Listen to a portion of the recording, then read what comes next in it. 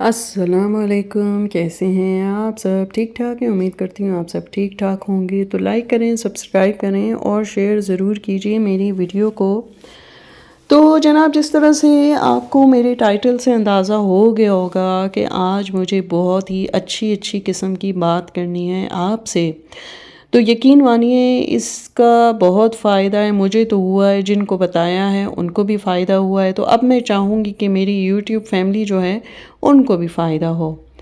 اور یہ ایسا ہے نا کہ اس سے ایک دم سے پازیٹیو انرجی جو ہے وہ گھر میں داخل ہو جائے گی اور پیس بھی ملے گا، برکت بھی ہوگی۔ مطلب جس طرح ایک آئیڈیل گھر ہوتا ہے بالکل ویسا ہی ہو جائے گا۔ تو اس کا عمل یہ ہے کہ ہر صبح اور شام کو آپ کو کرنا ہوگا، یعنی صبح فجر کے بعد بالکل پاک صاف ہو کے کسی صاف جگہ پہ بیٹھنا ہوگا، اور پھر اس کے بعد اول و آخر درود ابراہیمیہ آپ نے پڑھنا ہوگا، اور بیچ میں 7 بار آپ نے سورہ واقعہ پڑھنی ہوگی۔ اور یہ وظیفہ جو ہے، یہ اس کی مطلب فضیلت یہ ہے کہ ایک تو اس سے رزق میں برکت ہوتی ہے، دوسری دولت میں اضافہ ہوتا ہے، گھر میں سکون آتا ہے، زندگی میں خوشیاں آتی ہیں، اور گھر میں رحمت بھی آتی ہے، اور جہاں جھگڑا ہوتا ہے وہاں دل بھی نرم پڑ جاتے ہیں۔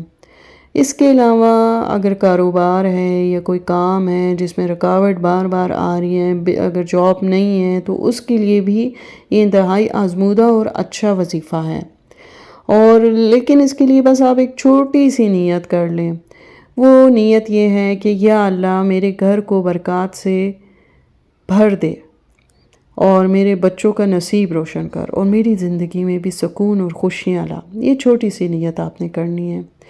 اور اس کے علاوہ اگر آپ کو میں ایک ایکسٹرا ٹپ دوں، وہ یہ کہ اپنے گھر کے چاروں کونوں پہ سورہ اخلاص، سورہ فلق اور سورہ ناس پڑھ کے پھونک مار دیں۔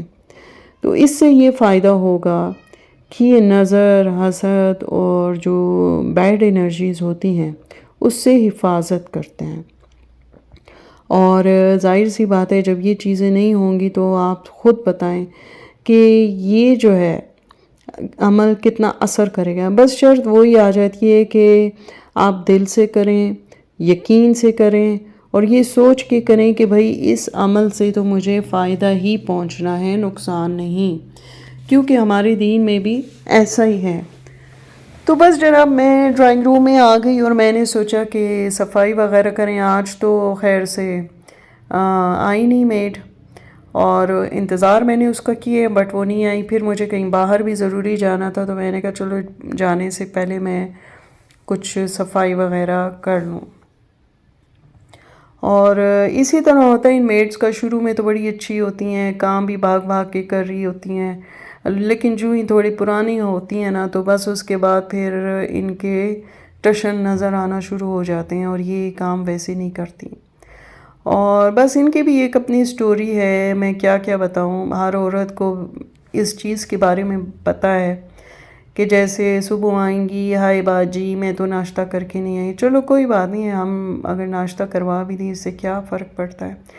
لیکن بات تب بری ہو جاتی ہے نا جب آپ کی ملنے والی ہیں بھی 2-4 عورتیں، فرینڈز آپ کو بتائیں کہ جی اس نے تو ہمارے گھر سے بھی ناشتہ کیا، یہ کہہ کر کہ بھئی میں تو گھر سے ناشتہ کر کے نہیں آئی۔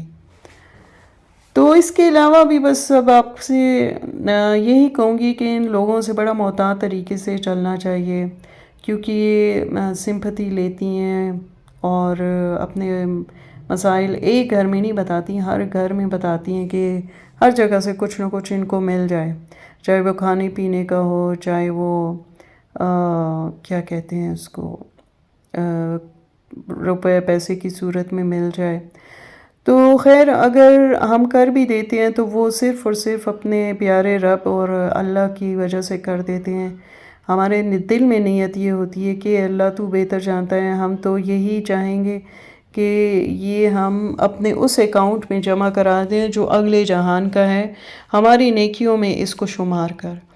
تو بس یہی سوچ کے پھر بندہ جو ہے وہ اس طرح کے کام کر لیتا ہے۔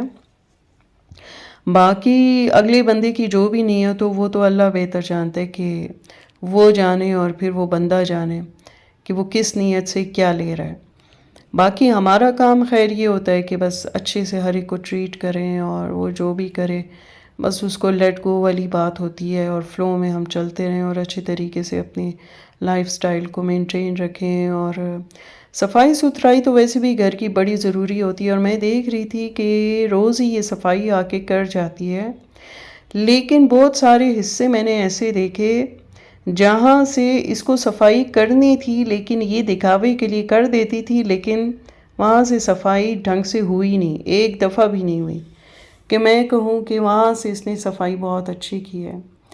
تو چلے خیر، اچھا ہوا اس کی چھٹی ہوئی اور میں نے بھی ذرا دیکھ لیا کہ کہاں پہ کمی بیشی ہے اس کے کام میں، تو انشاءاللہ کل آئے گی تو پھر میں اس سے پوچھوں گی کہ بتاؤ یہاں سے کیوں نہیں صفائی کی، یہاں سے کیوں نہیں کی۔ پھر دیکھتی ہوں ایک نیا بہانہ ہوگا، آپ کو پتہ ہے ان لوگوں کے ایک بہانہ تو ہوتا نہیں، ایک چھوڑ 10 قسم کے بہانے ہوتے ہیں۔ اور بس لائف میں دیکھیں آپ کو ہر قسم کا بندہ ٹکراتا ہے، اچھا برا درمیانہ، بس یہ ہے کہ آپ کو اچھے طریقے سے ان کو ٹریٹ کرنا آتا ہو، باقی تو چلیں خیر ہے۔